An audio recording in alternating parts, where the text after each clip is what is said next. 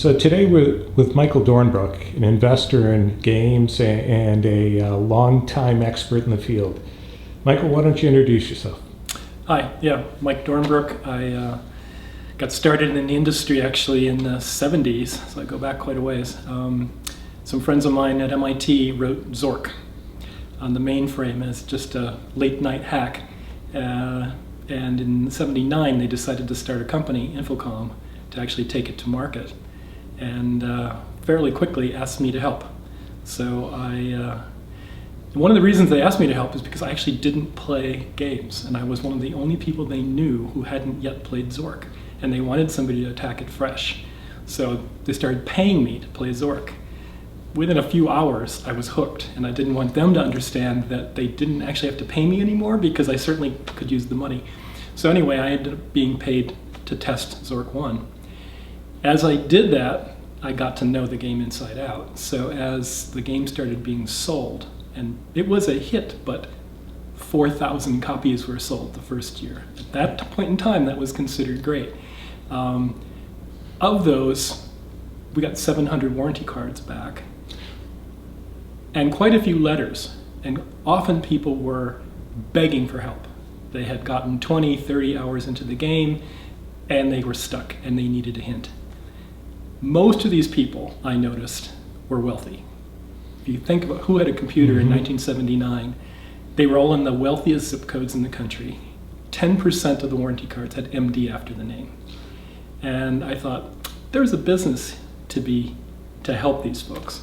So I started pushing that we should do a hint service, we should do maps, and stuff like that. So we started doing that at Infocom, but then I was leaving in fall of '81, just as Zork 2 was about to come out. I was leaving for business school in Chicago, and I was trying to convince them actually to hire my roommate, Steve Moretsky, to take over my position, and they didn't want to do that because they had bigger fish to fry. They wanted to bring in sales and marketing folks and whatever. I kept nagging, and they just kept, finally Joel Perez, the president, said, if you think it's such a great idea, put your money where your mouth is. I'll sign with a contract with you right now, you can do it yourself. I said, okay. So we agreed to a contract. I went off to business school and I started the Zork users group. So I did the hint booklets, I did the maps, I did a whole direct mail fulfillment service, actually providing the games also. So that was you, because I was a customer of Zork, not in the first year, but later on. Mm-hmm. And I didn't get very far. So I did the ink booklets as the invisible ink process because I wanted something that didn't reveal anything that people didn't want to see. I didn't want to spoil the game for anyone. I also wanted it to be very difficult to pirate because I thought if I made it really easy, people would just copy it and distribute it. So I wanted something that would be kind of cool, not give anything away, and kind of a once use. And the Invisiclues came out of that. I charged $10 a booklet, which in today's dollars is more like $25 a booklet, and they sold like crazy. I mean, the business just took off. Matter of fact, my second year in business school, I made more money than I ever made in the following 25 years of my career until Harmonix got bought by Viacom. That was my biggest earning year in that entire time period. And anyway, after running the Zork users group through 2 years of business school, I sold it to Infocom and came back as head of marketing and ran marketing for Infocom through the '80s. So that's how I got involved. That's amazing. Now, what got you into Harmonix? So in the '90s, Steve Moretsky and I started a game company called Bafo that ran for about 4 years. We had 3 publishers go under on us, which was one too many. And so I was looking for something new in '97. I ended up doing some consulting for a few months at Looking Glass, the guys who did System Shock and Thief and a number of other games that are still revered to this day. And they offered to make me VP of marketing there. But at the same time, I had met Alex Rogopoulos and Rana Gozzi. They had this tiny little startup. It was, nothing compared to Looking Glass. But I was a little nervous about Looking Glass's future. As it turns out, I was right. A couple of years later, they went bankrupt. Harmonix, the promise was music was going to become interactive. Having seen the whole interactive revolution at Infocom, I thought, I believe this can happen. I didn't know if it was going to take 2 years or 20, but I thought if the runway was long enough, Alex and Iran had the talent to potentially make that happen and be the ones who were there at the right place at the right time. So I had friends telling me that I was nuts, to go to Harmonix over Looking Glass, but I said, I believe that these guys could pull it off. It took, 9 years after that before Guitar Hero really took off, and that was our 9th game. But Harmonix wasn't a huge hit on day one. Oh, no, Harmonix, when I arrived in late 97, was about 15, 16 people. They were just about to launch the Axe. And the Axe was basically a creativity tool for music. Essentially, it was a gestural control system, something that came out of the research they had done as grad students, excuse me, at the Media Lab at MIT. And so you could use a joystick or a mouse or something to control the cursor and control the melody, faster or slower, higher or lower pitch. It was kind of magical, and I really liked it when I played with it. But I did have some concerns about whether it was a product yet. Yeah. And so one of the things I talked them into when I arrived, they had the box ready to go. They were ready to launch it at retail. And they just raised a little over $3 million, as I recall. All of that was going to go on the launch. So if the product failed, we would have been out of money and out of business. And so I said, let's make sure. So we did a bunch of focus testing. And one of the things we learned from that, people liked it, but again and again people asked, so what do I do with this after 15 minutes? And I said, if that's the reaction of the audience, it's going to fail, because there's not going to be good word of mouth. A lot of people will return it. You'll have a disaster. You'll be out of business. And I give them a ton of credit because they listened. And it's not easy after you've raised all this money and you've got this plan and you've sold all these people on it to back away from that and go back to the investors and say, on second thought, we're going to go down a different path and we're not going to spend all this money on this launch. But they did, and the investors backed them on that. And we decided to do a couple things at once. One, people needed some sort of structure. They wanted some sense of what to do next, what's right, what's wrong. There clearly need to be some structure to this, and that kind of called out for game. And I had just been at Looking Glass.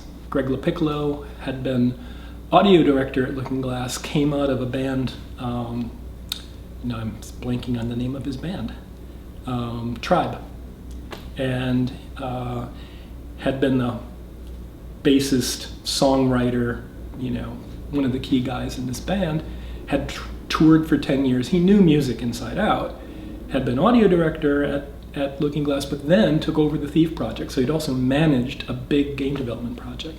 He was in the midst of that when I was there. When I got to Harmonix and thought about what do we need in order to get into gaming, which is one of the things we were deciding we should do, is let's hire Greg. Greg he knows game development. He knows how to manage a team. He knows how to make these things happen. We knew we had to wait for him to finish Thief. It wouldn't be fair to Looking Glass. It wouldn't be good for him to leave mid-project. But we also knew that he probably could use a change after a couple of years working literally 100 hours plus a week on Thief. So he came on a year to the day after I came on. So he came on late 98, and he spearheaded and hired a number of other people out of Looking Glass, spearheaded going down the game route. Simultaneously, we were looking at, okay, what can we do with the Axe? Is there some way to turn that into a successful business that's not launching it at retail? And one idea we had was a 15-minute experience. There are places that want 15-minute experiences. One of them, theme parks. So we contacted Disney Imagineering and showed them the Axe, and they immediately wanted to do something with it, and we actually created an exhibit for Epcot, which is still running. That's cool. It was quite popular. You don't make any money working on exhibits for Disney, But it did partly put us on the map, showed that we could actually deliver, and when it came down to actually selling our first game to Sony, Frequency, in the meeting to make that decision at Sony, and when I mentioned the Epcot exhibit, one of the execs in the room said, "Oh, we were there, my kids love that." You wouldn't believe what an effect that has on all the other execs. We did something that somebody there has experienced and liked. So that helped seal that sale. The other thing that we decided to go after was we looked at where is interactive music successful. And the biggest success you could point to was karaoke in Asia, especially Japan. It was a multi-billion dollar business. It had been growing at a very rapid clip for many, many years. And so we started trying to pitch the karaoke companies on how about adding to the karaoke experience a musical instrument in addition to singing. So not just one person's up performing, but maybe there are two people performing. And they loved the idea, and there was a lot of talk for a long, long time, and we spent an inordinate amount of time and money going to Japan. And after about 18 months of that, concluded that it just wasn't moving quickly enough, and that the karaoke business had peaked and was starting to come down, and therefore all of the companies associated with karaoke in Japan were panicking, and no one could make a decision. No one wanted to invest any money. The time when you actually should be investing money is when it's hardest to get people to invest quite often. So we eventually pulled the plug on that, and put all our efforts really into getting the game working, and sold that to Sony. The first game was Frequency, which came out in 2001. And how'd that do? Not anywhere near as well as everyone hoped. It sold, if I remember correct, well, I'm probably not allowed to say exact numbers, but it was over 100,000, but not over 150,000. And there were estimates that it might sell 2 million. It was definitely a risky undertaking. When Sony did their own focus testing on it, they reported to us that they gave people a sheet kind of describing the game, and then asked them, just based on that, are you interested, are you not, would you buy this game? They had one of the lowest responses ever. Like 97% said, no, I am not interested in this. Then they spent 20 minutes letting them play, and they said they had never seen such a dramatic shift. And 80% said, yes, I want to buy this. So that convinced them it was worth trying. The problem was you can't do a focus test with all the millions of people you want to sell the game, and you really did need to spend like 15, 20 minutes with it to kind of get over the hump, and then suddenly realize, oh, and most people, it's hard to get people to do that. So it did not succeed. So where'd Rock Band come up at Guitar Hero actually first? So we did actually do another, I'll tell you the whole history of Harmonix games quickly. We actually did a follow-on to Frequency because Sony felt that they had blown it, that they just hadn't done the right job of marketing the game and explaining to people why they might want to try it. And so they gave us another chance. We did Amplitude. That didn't go anywhere either. We did one final game for them. They said, look, we can't get you to do another music game because we'll get fired if we try, but we got this new camera coming out, and you guys are clever. Can you come up with something for it? So we did an iToy game, which was called Antigrav. And so it's purely body motion controlling the avatar in the game on a hoverboard, basically. That's the game that sold by far the best of all our games until Guitar Hero. That sold like 500,000 copies. We did a deal with Konami to take Karaoke Revolution from Japan into the US. Their US team realized that the Japanese product was never going to work in the US with Japanese music, and so they asked us if we could create an American Karaoke Revolution, and we did. And we actually ended up doing 4 follow-on games for that, for Konami. During that process, at some point we said to Konami, we actually created a proposal for a guitar game. And we actually had a logo, a name. I think we even had the box cover in our proposal, which was Guitar Hero. And we said, look, you guys did Guitar Freaks in Japan. You brought it to the US in the arcades and it failed, but you made a huge mistake. You brought Japanese music over. And for a guitar game to work in the US, you need American rock and roll. And we can do that for you. We think that would be a great game.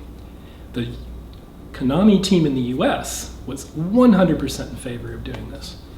But everything had to be approved by Tokyo. And they asked Tokyo, and Tokyo said, nope, we tried that in the US, it doesn't work. No, forget it. The US team was very frustrated because they were convinced it would work in the US, but they couldn't get the approval. So we had this design and logo and everything kind of sitting there. And about 9 months later, I got a call from Kai Huang at Red Octane. Now, Red Octane was a hardware company. They were small. They were actually a little bit bigger than us in sales, but actually smaller in staff. We had maybe 35 people to their 25 people at the time, something like that. And they said, look, we've been doing the dance mat for Dance Dance Revolution. We have the most expensive mat on the market. It's over $100, but it's the highest quality one, and it's selling like crazy, and we're making a fair amount of money on it. We think that there's actually a much greater demand for music games than people realize, and that no one is doing a good job of creating music games for the US market. How would you guys like to do a guitar game with us? And we said, well, we just so happen to have a design right here, and we showed it to them.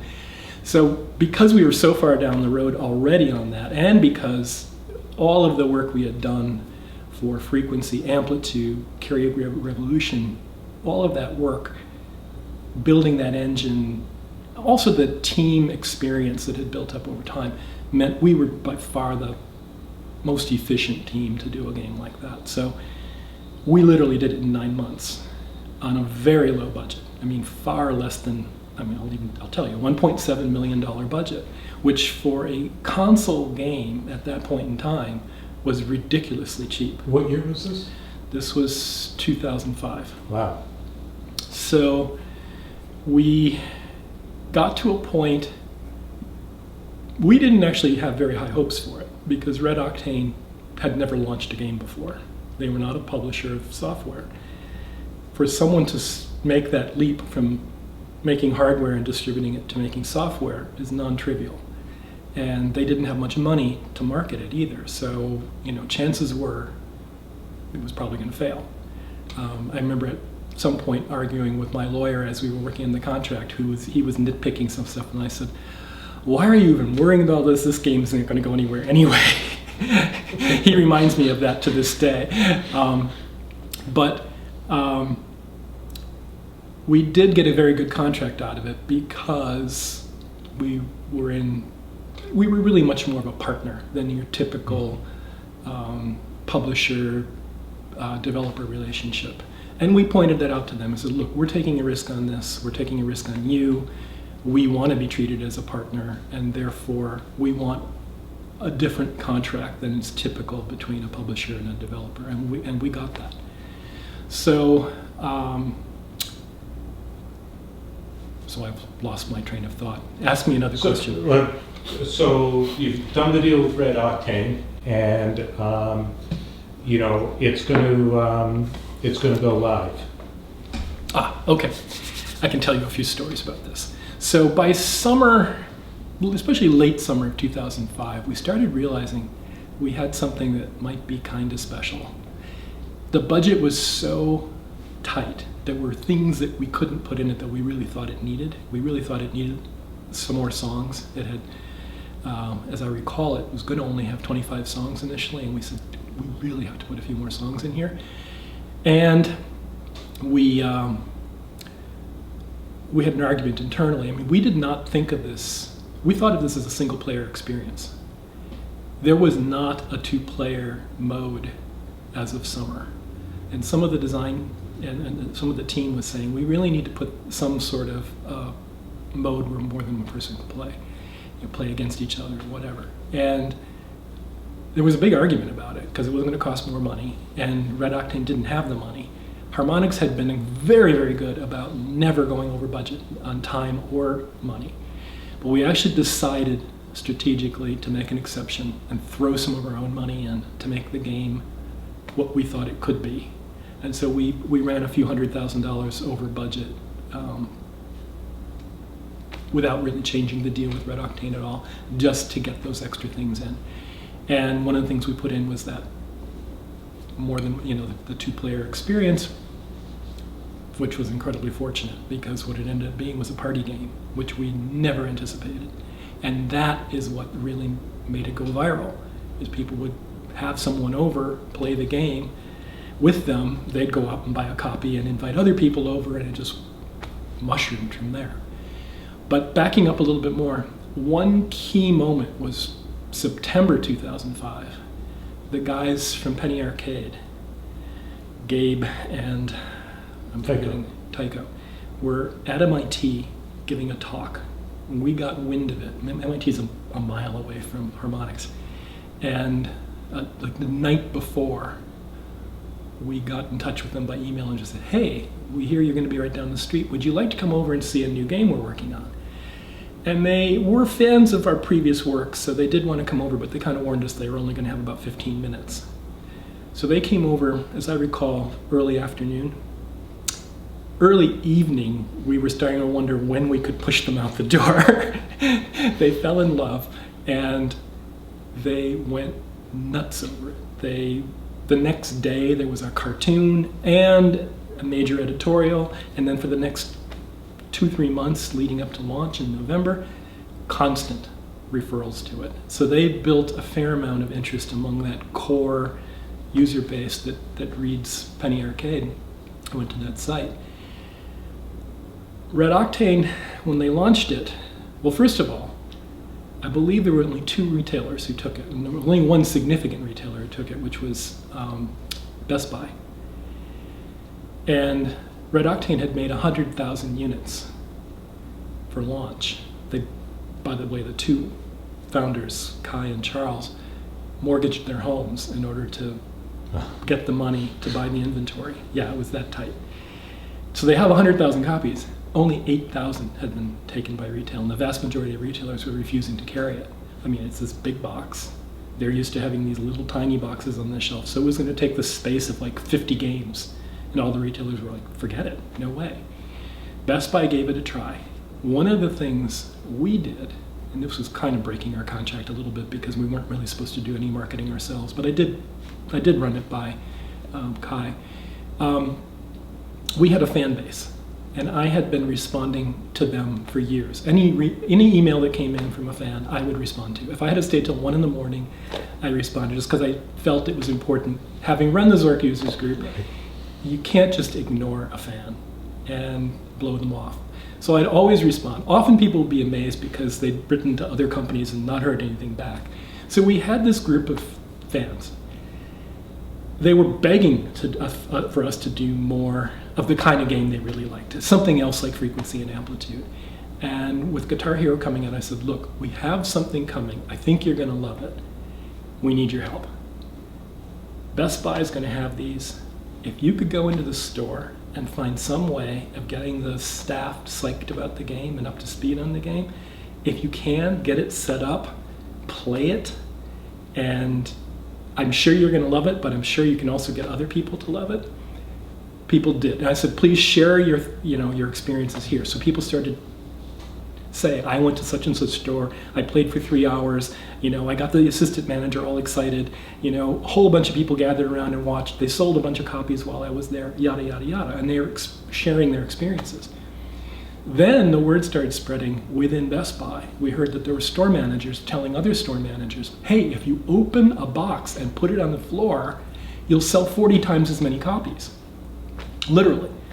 And so more and more stores started doing this, and it started taking off, so that within a week, they knew they had something that was going to sell. So they ordered all the rest of the copies. So the other 92,000 that Red Octane wasn't even sure they were going to be able to sell get shipped off to Best Buy. Then it starts taking off, and all the other retailers start scrambling, saying, we need it too. And sorry guys, we've been begging you to take it, for 6 months. You didn't. We're out of stock, and it's going to be 3 months before we can get more from China. So literally, it was, I think, this was November. It was February, I think, or March before they had more. So Best Buy pretty much had locked up all the inventory initially. Virtually no money was spent on marketing. Red Octane had a PR crew. They got a lot of reviews and things. And we did a bunch online. But there was, as I recall, no advertising at all. Yeah. So it took 3 months to get another order in. Why does it take so long? Why is hardware so hard?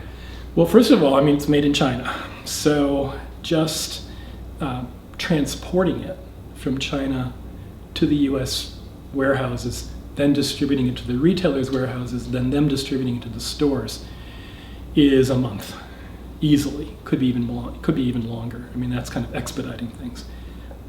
Excuse me. To go through the manufacturing process, if you don't have the chips already made, that's the longest lead time. So you have to tell the chip fabs, I need more chips. They have to then schedule it. And this was a point in time when, if you'll recall, the world economy was booming. China was booming. These chip manufacturers couldn't keep up with demand. So they couldn't instantaneously make more chips for you if you hadn't already booked time. So that could be many weeks delay before you could even get the chips, maybe even more than 4 to 6 weeks before you could get the chips. You really can't start making the guitars until you've got the chips to put in the boards, because everything's then built around those boards. So the whole process requires lead times, and 3 to 4 months was not unusual. So, big boom, Guitar Hero, Rock Band, sold the company to Activision? They sold to Activision. We sold to Viacom. Ah, right. So, the game came out November 2005. By, January, we could smell that you had something that was doing pretty well. But also, there are a lot of games that just have one Christmas season and then they kind of fade away. So it wasn't completely clear that, another batch was going to sell at a weak time of the year.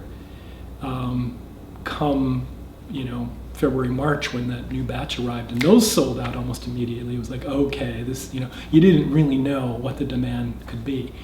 Both of us started to have people sniffing around, trying to either buy us or do some sort of deal with us. I remember at the time, around January 2006, Electronic Arts told us that they thought they could have sold 2 million Guitar Heroes in that November-December time period, and we were shocked. We thought they were crazy, actually, that any number like that could possibly have been sold. But it certainly then raised our level of, this could be really big. Red Octane actually discussed merging with us at that point in time, and we took it seriously, but decided not to go that route. And then they decided to sell to Activision. We had already been talking to MTV, and we definitely talked to some others about possible sale, but when it came down to it, it looked like being part of Viacom and being their digital next generation play was not only better, we thought we'd get more support from them because this was strategic for them. We also thought that we'd have more autonomy because they had no one else who really knew this business but us, so they kind of had to listen to us. And I think both were true. So, it used to be you couldn't turn around without Rock Band, Guitar Hero on the shelves. Now you can't find it. So what happened? Yeah, why did it go from 100 miles an hour to 0? Well, I think partly you can burn something out by having the flame burn too bright. and I think there's a bit of that involved. I think had we merged with Red Octane and just been one entity that owned this whole franchise, it would have been managed in a way that gave it longer legs. But having Guitar Hero and Rock Band go head to head, now we had interest in both of them. We got royalties on every Guitar Hero sold, even the ones we didn't build. But we were trying to beat each other in the market and grab market share, which meant a number of things. One, we're competing for shelf space at retail, and the costs of all that marketing are going up, up, up, up, up. Then we're competing for artists, and we're jacking up the costs of all the artists. We were just competing on so many different levels, and our feeling was Activision was putting way too many titles out in a year. I think a peak year, I think they put out 8 different Guitar Hero titles, which is overkill. And even, the press was saying it, fans were saying it. And we felt we had to respond, because if they grabbed all the artists and contracts, then what are we going to do? So we have to, kind of match them. So you end up doing something that you kind of know is foolish, but you can't avoid it. It's kind of like going into World War I or something, I don't know. So we ended up, the market grew. I mean, Guitar Hero 2 sold 10 million copies on just 2 systems, on just PlayStation 2 and Xbox. Then Guitar Hero 3, with the addition of the Wii and PlayStation 3, sold significantly more than that. Rock Band, much higher price point because it had so many more elements. And Rock Band 1 sold 6 million copies.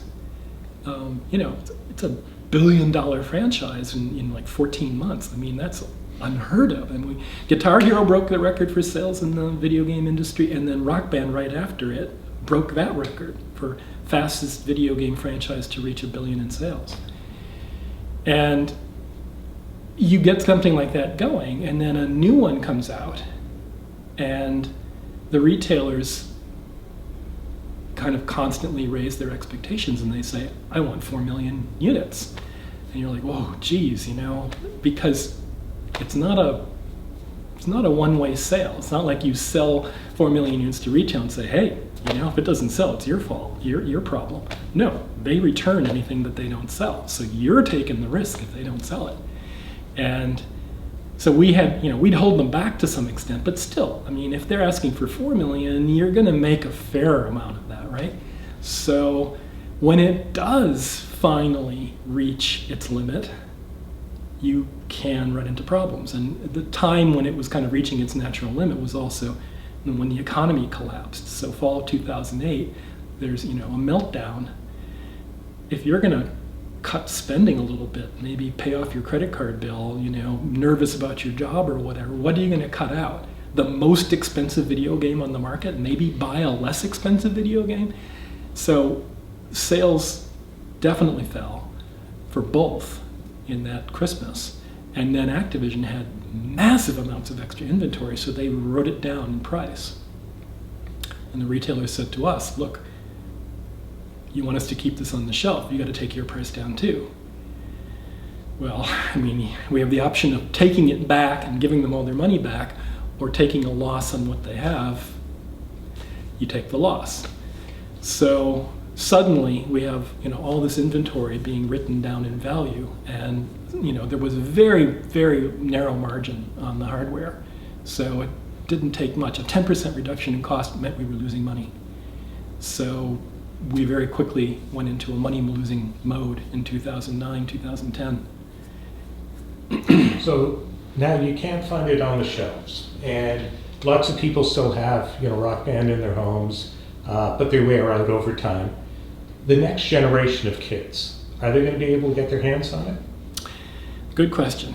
I still have hope that at some point there will be some sort of a revival.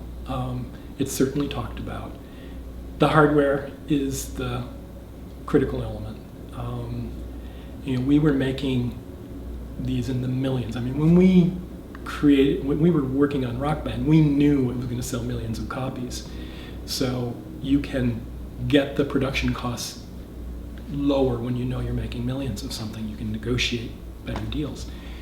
The problem is right now, you can't predict that a relaunch of, Rock Band 4 or Guitar Hero whatever would sell that kind of level.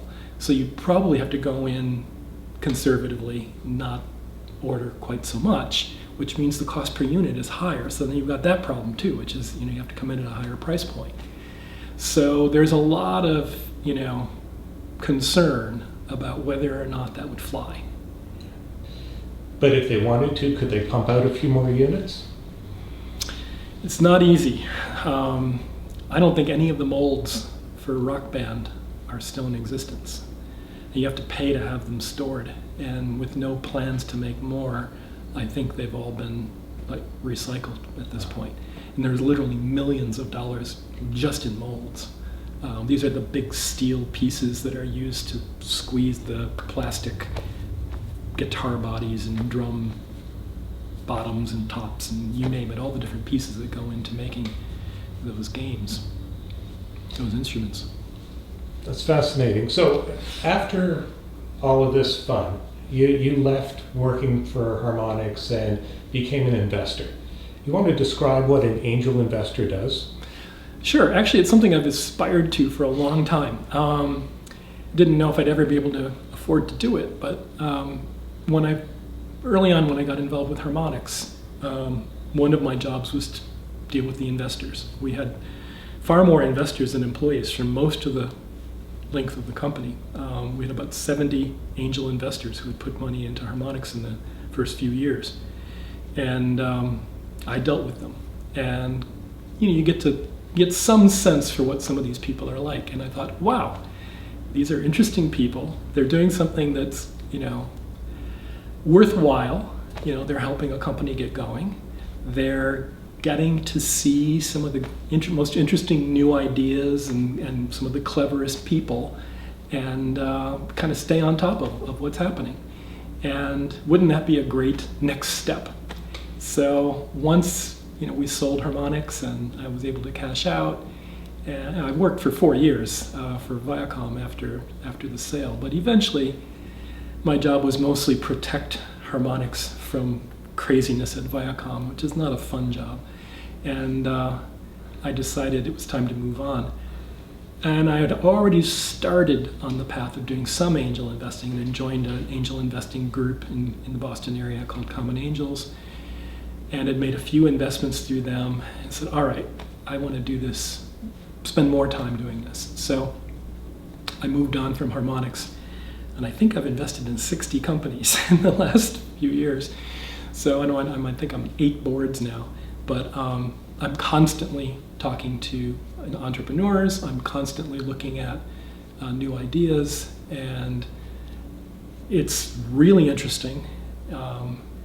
I'm addicted to it, I have to admit, having a lot of fun doing it, but I also feel like I'm doing something that's really useful. So, we have lots of people who watch the show say, I've got a great idea for a game. Somebody like that comes up to you, what's your reaction? What are you looking for when you put your money down? My initial reaction is great skepticism. Games in particular. I get, as you can imagine, a lot of game proposals, and probably my bar for games is higher than for anything else because it's an industry I know, and it's an industry I know is incredibly risky and difficult to succeed. I mean, basically it's a hit business. I mean, you can have a company do a website that's, one of the companies I invested in is called CoachUp, and they are putting private coaches and the people who need private coaching into a market. It's a very, it's something that's needed. No one else is doing it. You can fairly quickly see that there's a need on both sides and that there's a business model. And you can say, hey, actually, I can see as long as they can pull this off, it's probably a business that will work. It's not like trying to launch, an MMO, And I look at most of the game companies with a very, very skeptical eye.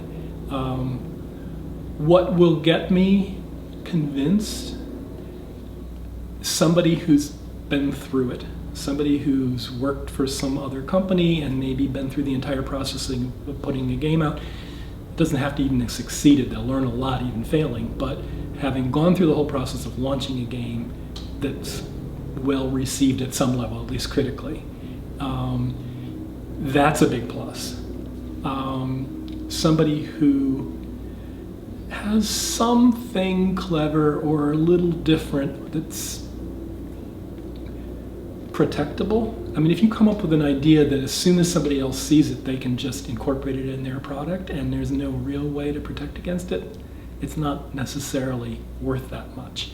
But if you've got something, I'd say maybe one example of this is Disruptor Beam. So I'm an investor and I'm on the board of Disruptor Beam. And what's their game? They came up with the Game of Thrones game. And so they had this incredibly strong license in a property that I knew and loved. And I knew the founder had, some great experience, was passionate about doing this.